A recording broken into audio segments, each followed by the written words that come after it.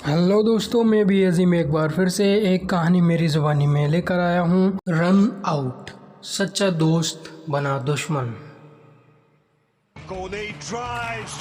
Cricket के मैदान पर उस दिन ज़बरदस्त टेंशन थी। स्कोर बोर्ड पर 135 रनों का स्कोर था और जीतने के लिए 136 रन बनाने थे।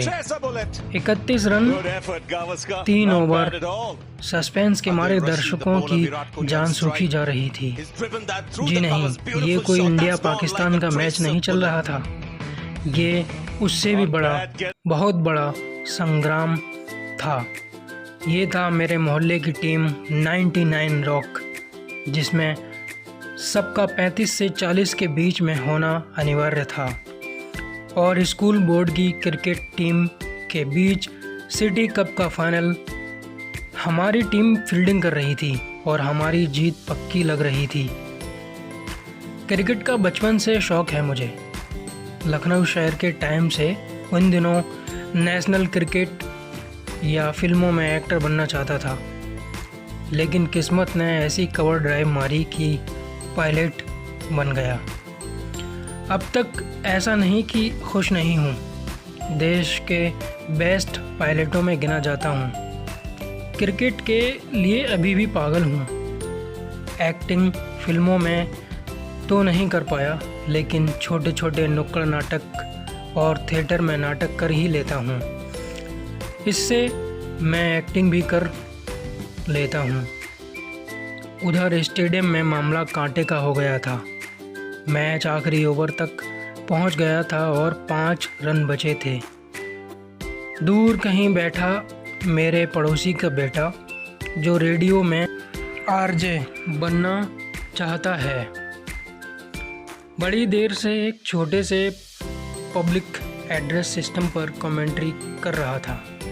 धत तेरी की, फुल टॉस बॉल, बैट्समैन आगे बढ़ा और बॉल गई वो दूर कहीं। मुझसे तो देखा ही नहीं गया। लाउड स्पीकर पर लड़का चिल्लाया, और ये सिक्सर! म्यूनिसिपल कॉरपोरेशन की टीम ने सिटी कप जीत लिया था। सारा मूड बेकार हो गया। सोचा था आज शाम को कुछ देर से आऊँगा एयरपोर्ट। सेलिब्रेट करने के बाद यहाँ तो हार ही गए थे। खैर, 3 घंटे बाद नहा धोकर एयरपोर्ट चल दिया। एयरपोर्ट से पहले ही ट्रैफिक लाइट पर मुझे दिल्ली शहर की लाइसेंस प्लेट वाली एक गाड़ी देखकर मज़ा आ गया। उसमें एक आदमी और एक लड़की बैठे थे, जिनका मुझसे बहुत पुराना रिश्ता था। ट्रैफिक लाइट हरी हो गई और मेरे बगल में दिल्ली शहर के लाइसेंस प्लेट वाली गाड़ी चली गई। मैं वहीं अपनी सीट पर मूरत बना बैठा रहा। पीछे वाली गाड़ियों के हॉर्न बजने लगे। मैं किसी तरह एयरपोर्ट पहुंचा, अपने कैबिन में बैठा और 3 गिलास ठंडा पानी पिया। जैसे वक्त के ओपनिंग बैट्समैन ने फुल टॉस बॉल को बेरहमी से यादों के स्टेडियम की ओर उछाल दिया हो, कहीं तो गिरना ही था। मैंने धौलपुर शहर के लाल बहादुर शास्त्री स्टेडियम की क्रिकेट पिच पर जाकर लैंड किया। बड़े झंडे गाड़े थे। मैंने क्रिकेट में उन दिनों टीम का कैप्टन होता था। मैं ओपनिंग बैट्समैन और फर्स्ट स्लिप में फील्डिंग करता था। बाकायदा सफ़ेद हैट पहनता था।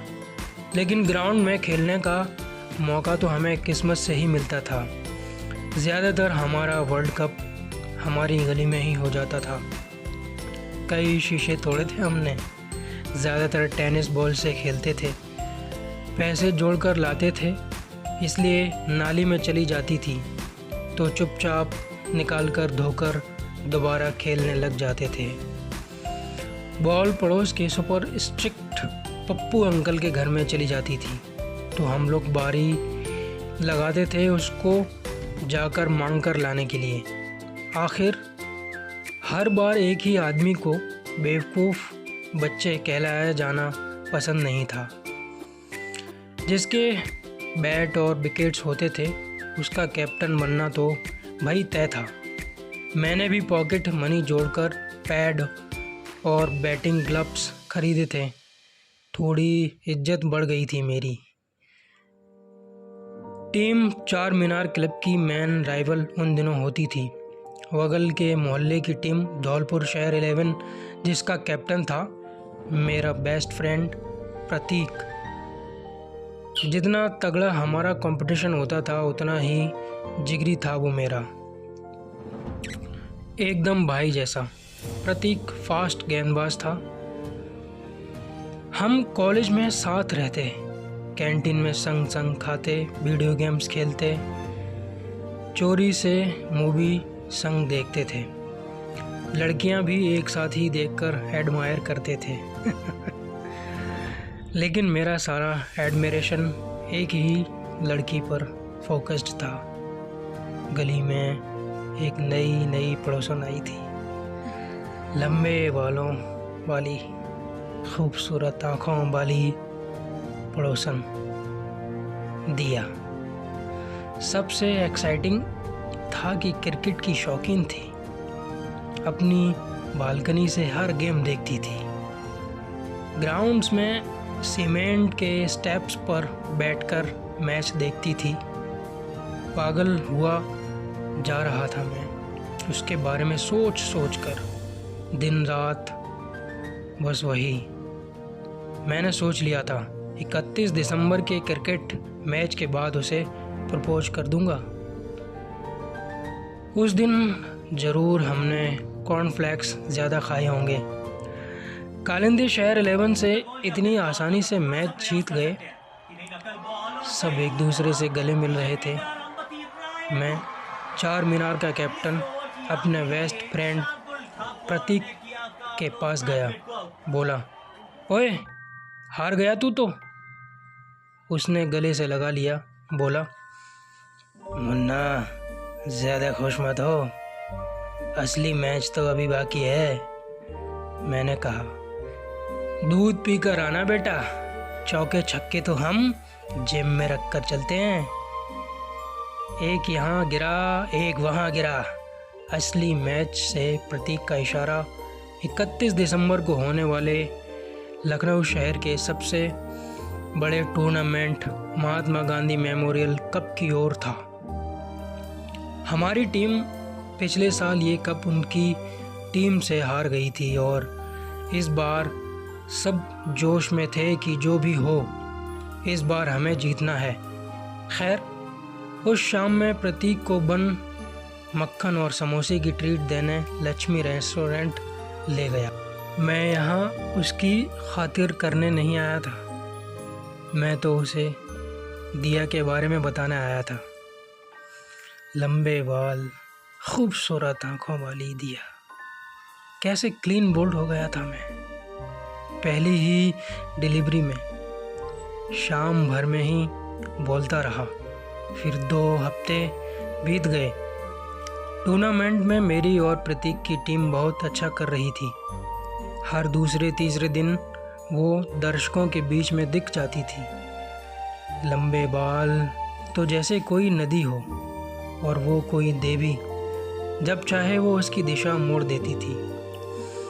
कभी खुले बाल जैसे कोई झरना चट्टान से छलांग लगा रहा हो, कभी 2 चोटियाँ जैसे पहाड़ ढलान पर पानी की 2 धाराएं बह रही हों, और कभी जूड़ा बना लेती थी छोटी सी खूबसूरत झील।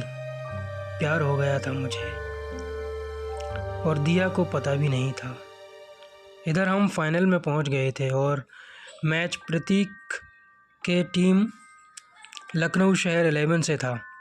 उस दिन मेरा सबसे अच्छा दोस्त मेरा सबसे बड़ा दुश्मन बनने जा रहा था।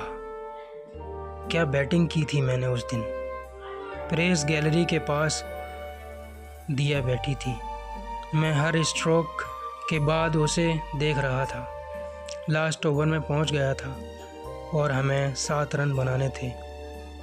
ओवर के बाद वाइस कैप्टन राजू बंटा पिच पर चलकर आया और बोला, भाई 3 रन बचे हैं, तू यहाँ ध्यान दे बॉल पर तेरी तो नज़र ही कहीं है। और मैंने कहा, क्या बकवास कर रहा है यार। धीरज बोला, वैसे भी ये गलत बात है बॉस, तेरी भाभी लगती है। तेरे बेस्ट फ्रेंड प्रतीक से सगाई हो गई है उसकी। सच कहा था मैंने खुद से मैच की सुबह।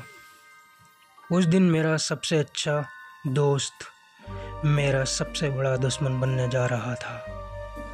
मैच हार गए हम। मेरा दिमाग ही काम नहीं कर रहा था। अगली ही बॉल में रन आउट हो गया था मैं। सिर्फ 2 रन बचे थे उस वक्त जीतने को। मेरी टीम का सबसे बड़ा सपना जो उन्होंने साल भर से हर रोज देखा था, मैंने उस सपने को 1 सेकंड में तोड़ दिया। कुछ ने तो ये भी ताना कसा कि मेरा बेस्ट फ्रेंड ही जब राइवल टीम का कैप्टन है तो फिर आपस में ही सेटिंग कर ली होगी। उस दिन के बाद मैंने लखनऊ शहर में क्रिकेट नहीं खेला। घर पर बल्ला तक नहीं उठाया। नफरत हो गई थी क्रिकेट से, नफरत हो गई थी दोस्ती से। मेरे सबसे अच्छे दोस्त ने कितनी सफाई से मुझे धोखा दे दिया था। मैं हर तीसरे दिन उससे दिया की बात करा करता था, फिर भी जैसे मेरे दिल को बीचों बीच से उसने दर्जी की किसी भरी भरकम कैंची से काट दिया था। एक दिन पापा बोले, बेटा आजकल क्रिकेट प्रैक्टिस पर नहीं जा रहे हो? मैंने कहा, नहीं पापा जी, नहीं कर रहा। वैसे भी मुझे पढ़ाई पर ध्यान देना चाहिए, एग्ज़ाम आने वाले हैं। मम्मी ने बाद में पूछा, बेटा प्रतीक का कल बर्थडे है, तू गया नहीं? मैंने कहा, मम्मी प्लीज़ यार, प्रतीक और क्रिकेट इन दोनों के बारे में कुछ नहीं सुनना चाहता हूँ। मैं घर से बाहर निकल गया। घंटों पार्क में जाकर बैठा रहा। रात को देर से घर आया। मम्मी से जाकर सॉरी बोला। वो आखिरी दिन था जब मैंने अपने मुंह से प्रतीक का नाम लिया था।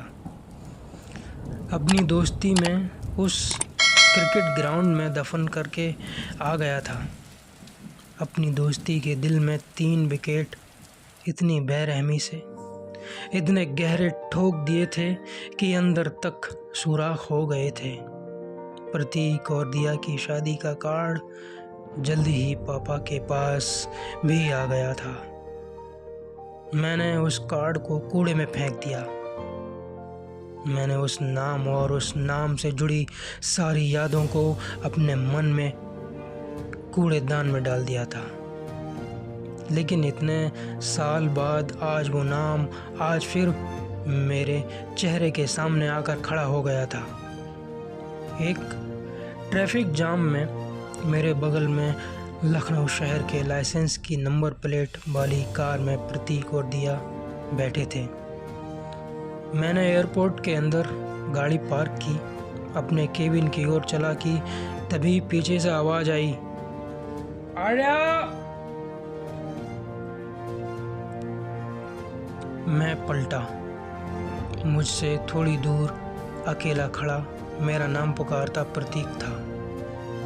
ऊपर वाले ने ये जो मन नाम का यंत्र बनाया है वो बड़ा विचित्र यंत्र था। जब रिश्ते टूटते हैं तो जैसे एक पॉज बटन दबा देता है भावनाओं की उस दहकती नदी पर।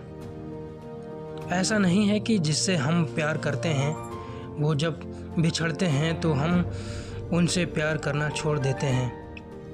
ऐसा नहीं है कि जिनसे नफ़रत करते हैं उनसे मुंह मोड़ने के बाद भी कोई शोला दिल में धधकता नहीं है, लेकिन वो सिर्फ पॉज बटन दबाकर शून्य में रोका गया एक टीवी स्क्रीन भर होता है। जैसे वो सामने आते हैं फिर वही गुस्सा, नफ़रत, प्यार जहाँ छोड़ा था उसी जगह से ये मन नाम का यंत्र प्ले का बटन दबा देता है।